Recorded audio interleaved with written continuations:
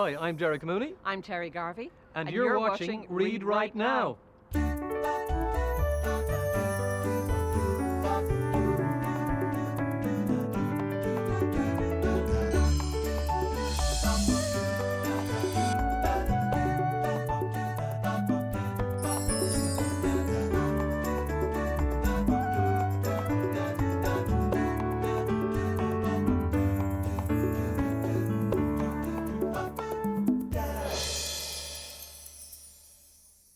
This week we're in W5, the new Discovery Centre in Belfast. It's about the who, what, where, when and why, the 5 W's. It's also about the way the world works and the way we think about it.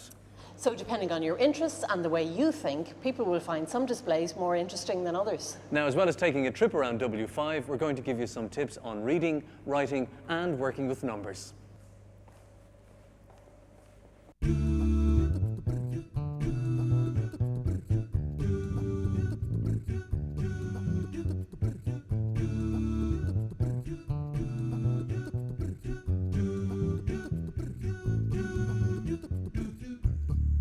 Now in the centre, there's no instruction on how any of the displays work, so you have to reach your own conclusions. Now you can try out a lie detector, you can make your own animated movie, and there's a rock that seems to be floating. Anyway, time for a bit of discovery.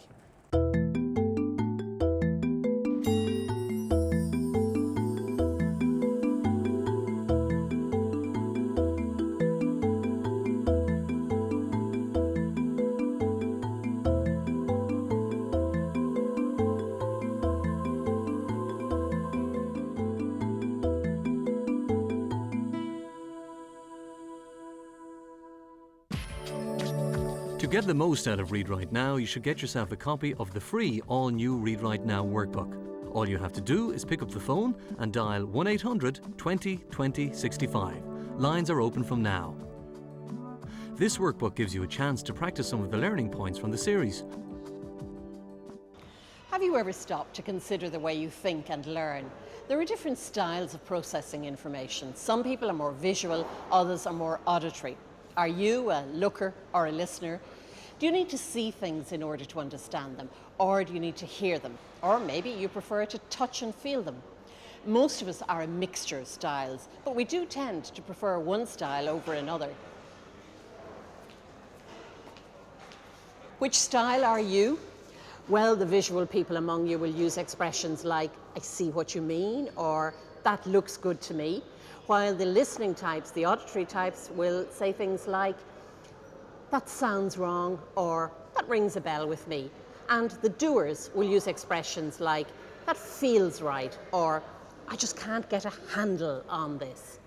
In this week's programme, we'll be exploring different learning styles. But first, let's meet Bridget OConnor, who's identified what works for her and what makes learning easier.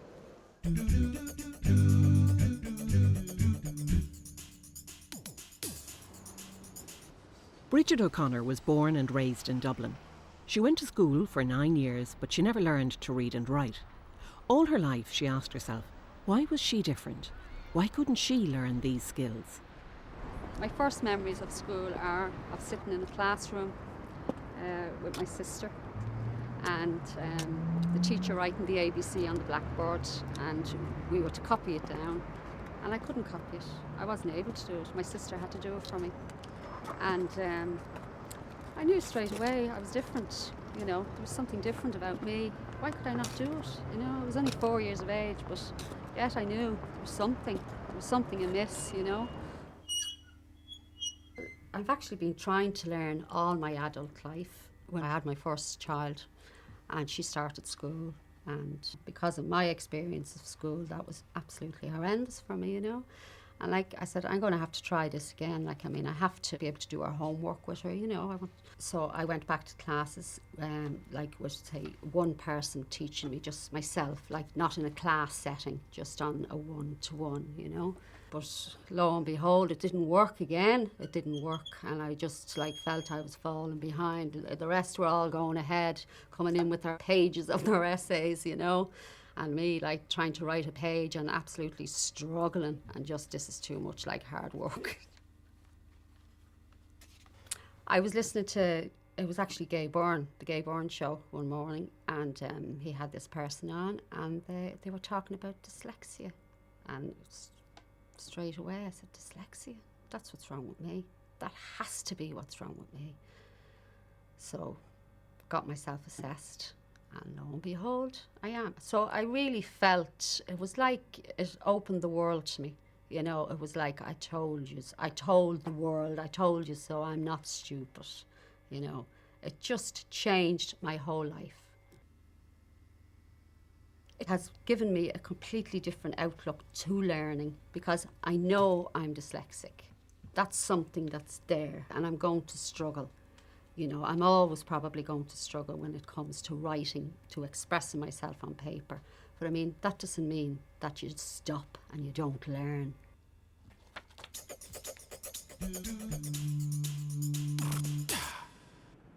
In an exhibit like this, when faced with the challenge of making one of these model cars, people approach it in different ways. Some like to get stuck in, and others like to take their time and look at diagrams and instructions. Everyone has their own particular style and preference, and some use a combination of the two. Sue, you're involved with education here at W5. What's your experience? Well, with this particular exhibit, it's brilliant for all three types of learning styles. So if you're a doer and you want to just get stuck in, then it's perfect for that. You can just go along, get all the pieces, throw them together and see whether it works or if it doesn't. If you're a learner through auditory or visual styles, then in terms of auditory, we have staff on the floor that you can ask to give you instructions. If you're a visual learner, then we have a set of instructions that you can follow. But either way, at the end of it, you should hopefully build a car which you'll be able to race. Okay, so you want to have a race? I'd love a race. Are you ready? 3, 2, 1, go. Cheated there. You're winning. Visual learners or lookers are the types that always check the manual to see how to set up the video recorder. Listeners tend to talk themselves through how to set it up. And the doers just jump in, simply connect the leads without any instructions at all. Now, I'm sure you've all heard the phrase the average price or the average temperature. But do you know how to work out averages? Here's a learning point with some handy tips. To work out what the average temperature was over a period of 3 days, you must first add all the temperatures, 8 degrees, 10 degrees and 15 degrees. You then divide this sum by the number of days, 3, which gives you 11. So you can say that the average temperature for the 3 days was 11 degrees. You can work out the average of any number of things, ages, football scores, weight or height. You might want to work out the average cost of your lunch each day. The rule is that you add the cost for each day, which gives you a total of €20. Divide by the number of days, 5, which gives you an average cost of €4 per day. If you'd like some practice working out averages, get yourself a copy of the free Read Right Now workbook. The number to call is coming up shortly. Have a look at these slap pipes. I'm going to play a tune.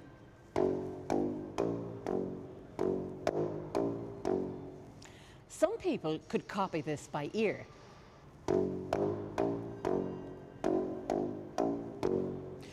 Whereas other people would have to see the order of the pipes I hit.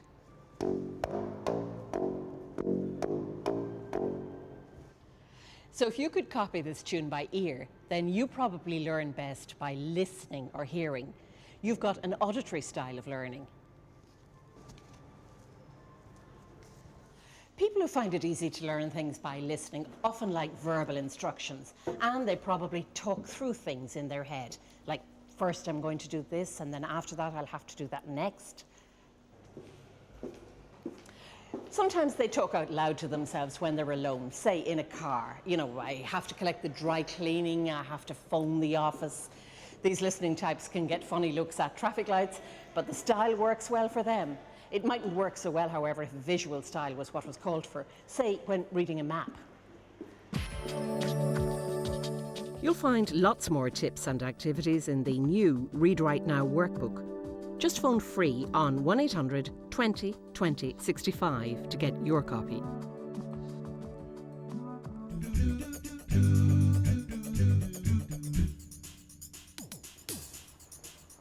Bridget made the decision to return to adult learning and began basic English classes run by the Union SIPTU and taught by tutor Catherine Dowds. This time it was to be different. I started the classes 3 years ago, And the first thing I've done was my NCVA communication module. That's the first achievement in my whole life, so I'm very proud of it.